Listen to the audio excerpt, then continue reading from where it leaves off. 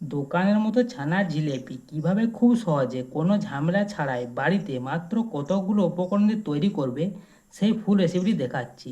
খেতে একেবারে দোকানের মতো হবে, আর দেখেছো এখানে কতটা নরম তুলতুলে হয়েছে।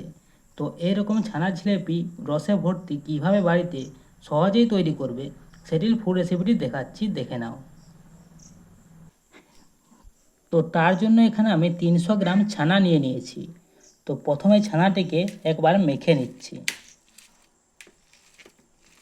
যাতে এর মধ্যে কোনো দানা না থাকে।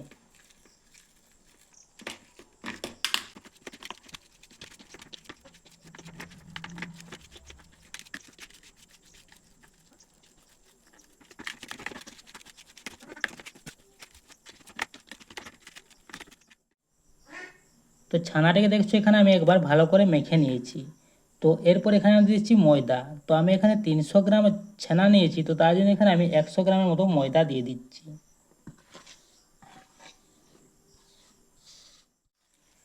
আর দিচ্ছি এখানে 1 চামচ চিনির গুঁড়ো, আর 1/4 চামচের আমি এখানে দিচ্ছি বেকিং সোডা।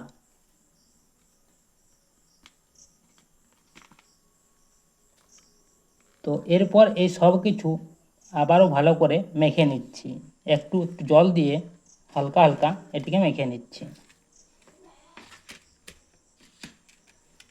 তো প্রথমে শুকনো এটিকে মেখে নিচ্ছি, তারপর প্রয়োজন মতো জল দিয়ে ভালো করে মেখে নিচ্ছি। তো দেখাচ্ছি কতটা কীরকম করে মাখতে হবে।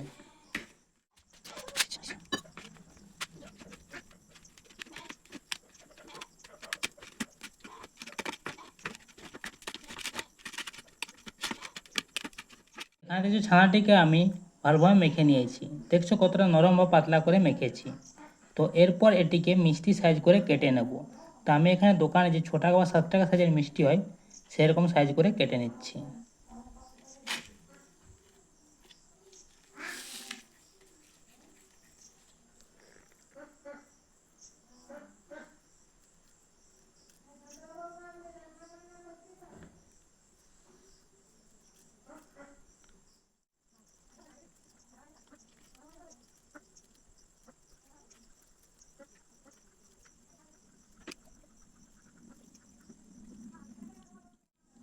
তো এরপর এগুলি গোল গোল করে পাকিয়ে নেব।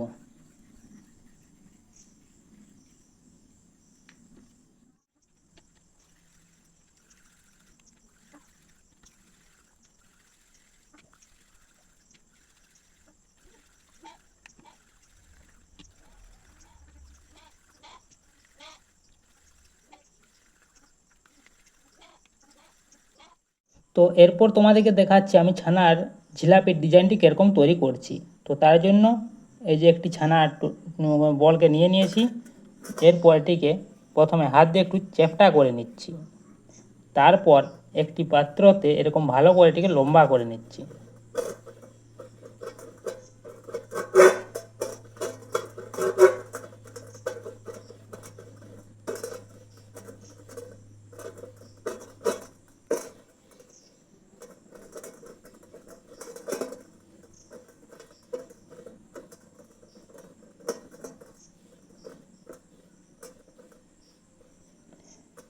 তো দেখেছো এটিকে আমি কতটা লম্বা তৈরি করে নিয়েছি। তো এরপর এটিকে এরকম করে তৈরি করে নেব ছানার জিলিপির মতো, যেমন তৈরি করা হয়। তো আমি এরকম ডিজাইনটি তৈরি করছি।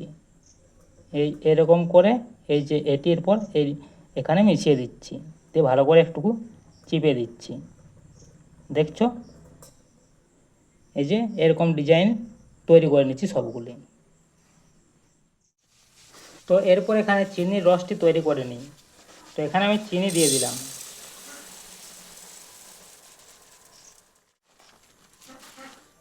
তো এখানে আমি যতটি চিনি দিলাম ততটাই জল দিয়ে দিচ্ছি।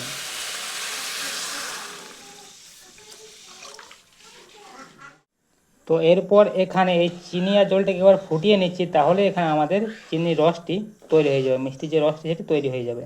তো একবার ফুটিয়ে নিচ্ছি, বেশি ফোটানোর দরকার নেই।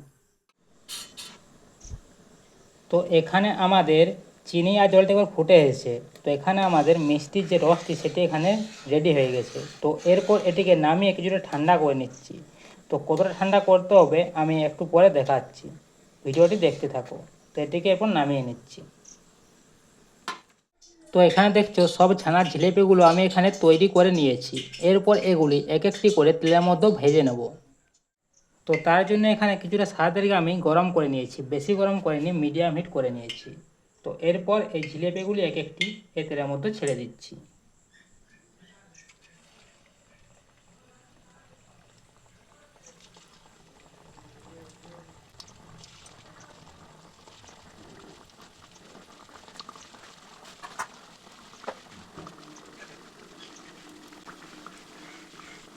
তো ছেড়ে দেওয়ার কিছুক্ষণ পর এগুলি আপনিই উপরে উঠে যাবে। তো তার আগে কিন্তু এগুলি নাড়া চলবে না। তো উঠে যাওয়ার পর এগুলি হালকা আছে ভালো করে লাল লাল করে চারিদিকটি ভেজে নিতে হবে।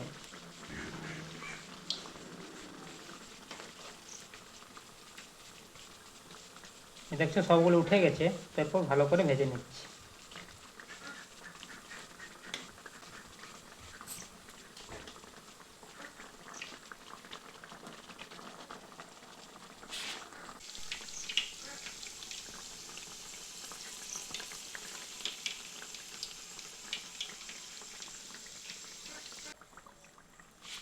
লো আছে জিলিপিগুলো ভাজার পর যখন এরকম একটি কালার চলে আসবে, তো তখন এগুলি তুলে নিতে হবে। দেখছো কত সময় কালারটি চলে এসেছে। তো এরপরে সবগুলি তুলে নিচ্ছি।